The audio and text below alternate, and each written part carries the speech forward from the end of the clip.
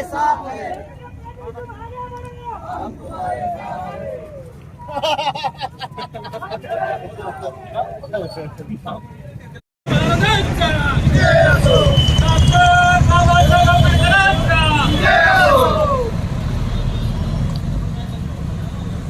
बीड जिल्हा वकील संघ एक तुटीचा, बीड जिल्हा वकील संघ एक तुटीचा।